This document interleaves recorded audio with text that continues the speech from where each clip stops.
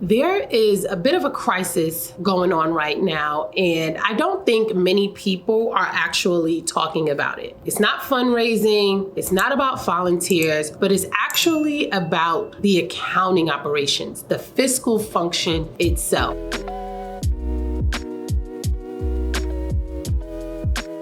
Some may refer to it as your fiscal department. Some may refer to it as your accounting department, but specifically, we're talking about the accounting team. So the people who are responsible for the financial management of the organization. So bookkeeping, reporting, things of that nature. Your accounting team could literally be the difference between your organization surviving this year or facing serious financial trouble. And so today, I'm going to talk to you a little bit about why your accounting function isn't just numbers on a spreadsheet, right? Your accounting function isn't just doing all of this busy work and sitting in the back office. Your accounting team is actually, in a lot of ways, your lifeline. And so if you want to know how you can better utilize your accounting team and how they can help you not just survive this year, right? But truly create an organization that is resilient on purpose and that has a rock solid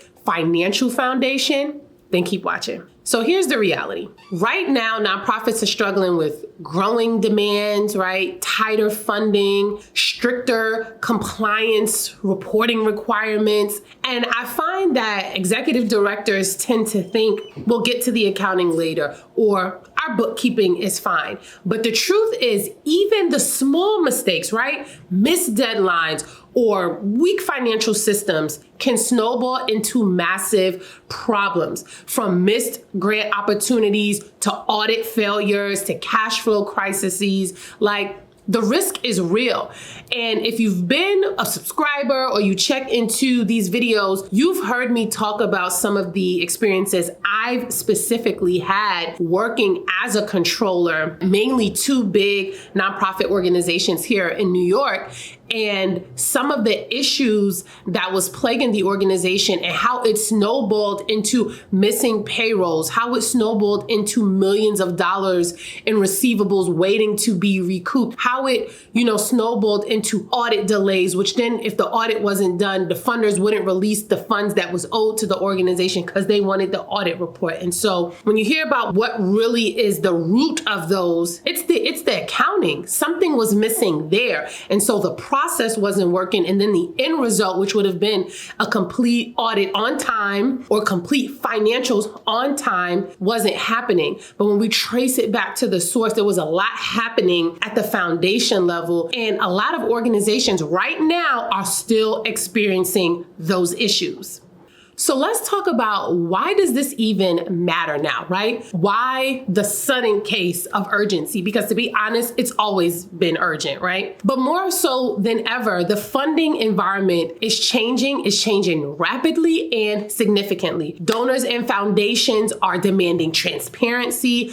Government grants are even stricter now. Many of you have probably experienced your government funds just ceasing altogether, right? At this point, every dollar has to count. So if your accounting function isn't airtight, you bear the risk of losing the funding that you are currently, receiving, the funding that you're counting on, facing penalties, or even jeopardizing your mission. In short, your mission truly is only as strong as your finances. We dealt with a situation fairly recently where an organization had lost a few funders who were government agencies, and one of the funders that they have retained wanted to come in and do an ad hoc audit. And that was inclusive of the invoices that the organization had submitted to them and the backup that supported those. While we had all of the things, it still was a very nuanced, tedious, and quite frankly, stressful process. It's one that I actually advocate against, and we had all our ducks in a row. But that's how I also am able to deduce that the times are changing. Things are getting stricter. These auditors are combing through a lot more. And this wasn't even an independent audit. This was an agency audit. Even with the backup, even with the approvals and the sign-offs, there were a million questions, right,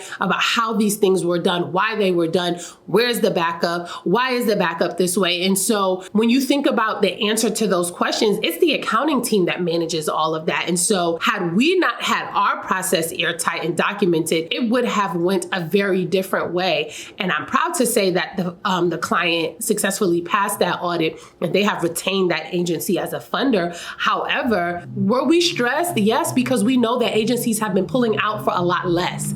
And so that's why I'm imploring you guys to be very aware of what your operations, specifically your financial operations, look like, because these funders, these donors, they care and they are looking for reasons to pull the money, to be quite frank. And so if you don't have things together, it is an opportunity for them to say, this is why we can no longer fund you. And this is why, this is going to be our last year giving you this grant. So I don't want this video to be all daunting and dark. Because here's some good news. We have some good news. Your accounting team can truly be your lifeline, right? When structured correctly, your accounting function doesn't just track the numbers. Your team can give you real insight, right, into your organization. They can help you plan for the future, and they can give you the confidence to know that you're compliant and you're audit ready, right? And so when we're thinking in hospital terms, we like to say that we're the financial first responders, right? And so when we even think back on like the pandemic, right, and you know how you had like the first responders were truly on the front line. I even think about during that time when we were working with nonprofits, like a lot of them needed us because their operations hadn't even been set up in a way where they could work from home, right? Where they could access their books and their records, where, they didn't have a continuity plan. And so for them, we became an extension of that response, right? We became an extension of their team in order for them to be able to not just exist, but to continue operations. If you take a moment and think back, I bet that there's an organization that comes to mind who was in serious trouble, but was able to either overcome or get out of it through the support of a great accounting team or getting rid of a bad one. I have had many people come to us, some that have chosen to work with us and some who haven't, but through discovery calls have told us, like, we had an audit, for example, and through the audit, these findings came up, but we thought our accounting team was handling these things. The very first nonprofit that I worked for, years behind in audits because they had a CFO who was running a side business while he was supposed to be handling the financial operations of the organization. Himself and members of the accounting team at the nonprofit were showing up to work, but working on the CFO side business, right? And so when we came in, when I think about that specific example, we had to do a lot of cleaning house, but then also building back up, right? Because the morale was severely low, but then also completely breaking the systems that they were using and replacing them with newer, better ones and optimized. And so while they had to get rid of a bad one, they also were able to bridge the gap with bringing us on. And so we served as that lifeline for them. I don't want you to think of it as, you have to,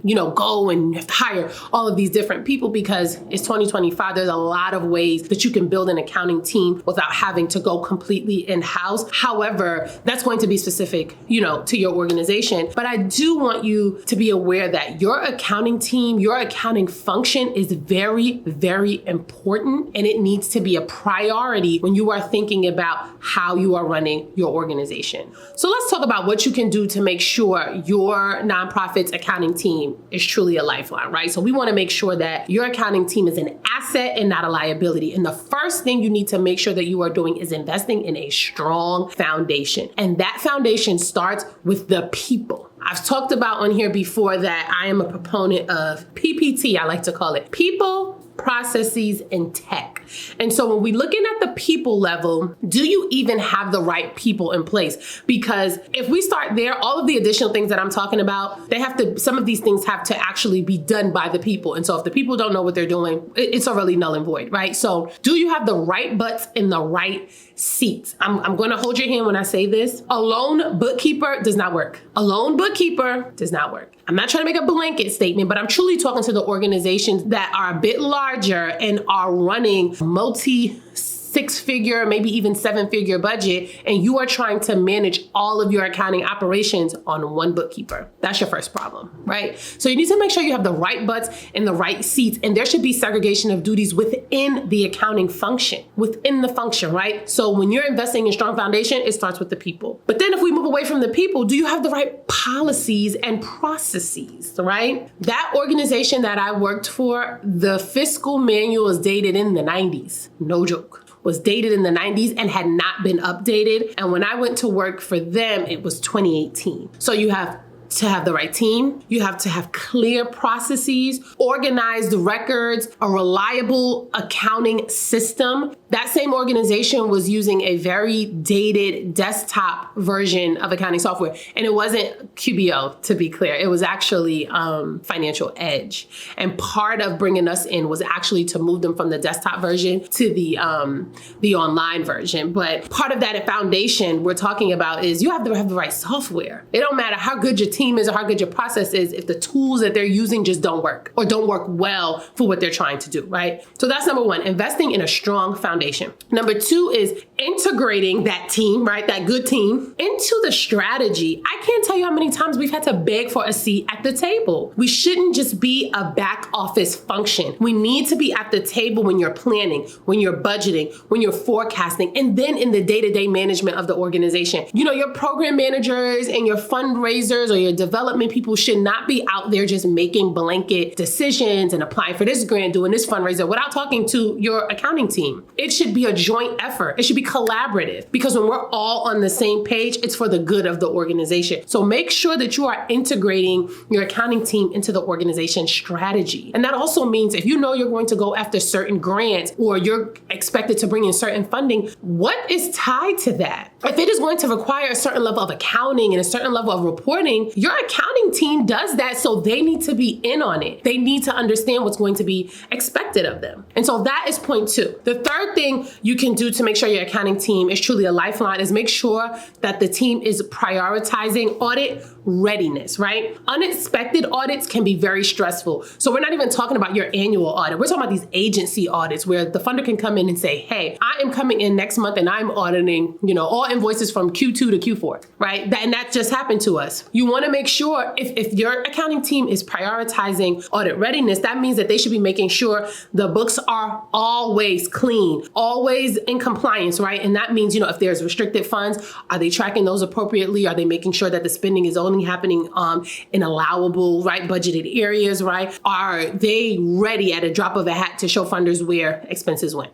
If you gave me $100,000 and you said that was for scholarships, can I show you that the $100,000 actually went to scholarships? Can I show you who the scholarship recipients were? Can I show you proof of those funds going out and actually going to those individuals' college or scholarship recipients? If not, we got work to do. We have work to do. And then lastly, we're getting into that tech piece, right, is leverage automation and tech. There is a huge opportunity here to automate repetitive tasks, which also help to reduce errors, right? And it frees up the team to focus on getting deeper into the numbers, right? Providing true insight, right? When we hear forecasting, I feel like it's used a lot in the for-profit space, but not in our space enough. We can do a lot more with forecasting and scenario planning, but we need the data to do it. And so if we can get rid of some of the manual repetitive tasks that we have and really lean into technology, then we free up some time to be able to focus on strategy more. Now, these steps can truly take your accounting team from being a cost center to a mission-saving asset, right? And that's what we want. We want the support that you're getting in your organization to truly be an asset to the organization and to truly just be support, right? And not be putting your organization in jeopardy. And so your mission, your organization, the people that you serve, right, deserves more than some reactive accounting. It deserves a team that can keep the organization thriving. Now, if this resonated with you, I want you to do me a favor. September 25th, we are having our second annual Accounting for Good virtual summit, and it's free and it is virtual. It is designed for nonprofit leaders just like yourself who want to truly build a financially resilient organization on purpose. And we're not doing this whole lecture feel. It is intimate. It is focused on areas that truly can be of support to organizations during this challenging time. We have 3 amazing speakers, and I will also be talking on a fireside chat with those speakers so we can answer some of your questions and address some of the issues that you're facing now so that you can truly walk away knowing what you can do next, right, to improve your organization. And so hit like, subscribe to this channel, but more importantly, go ahead and register. And if you know any other nonprofit leaders who could benefit from this information, please share it with them. I'll see you guys in the next video. Bye.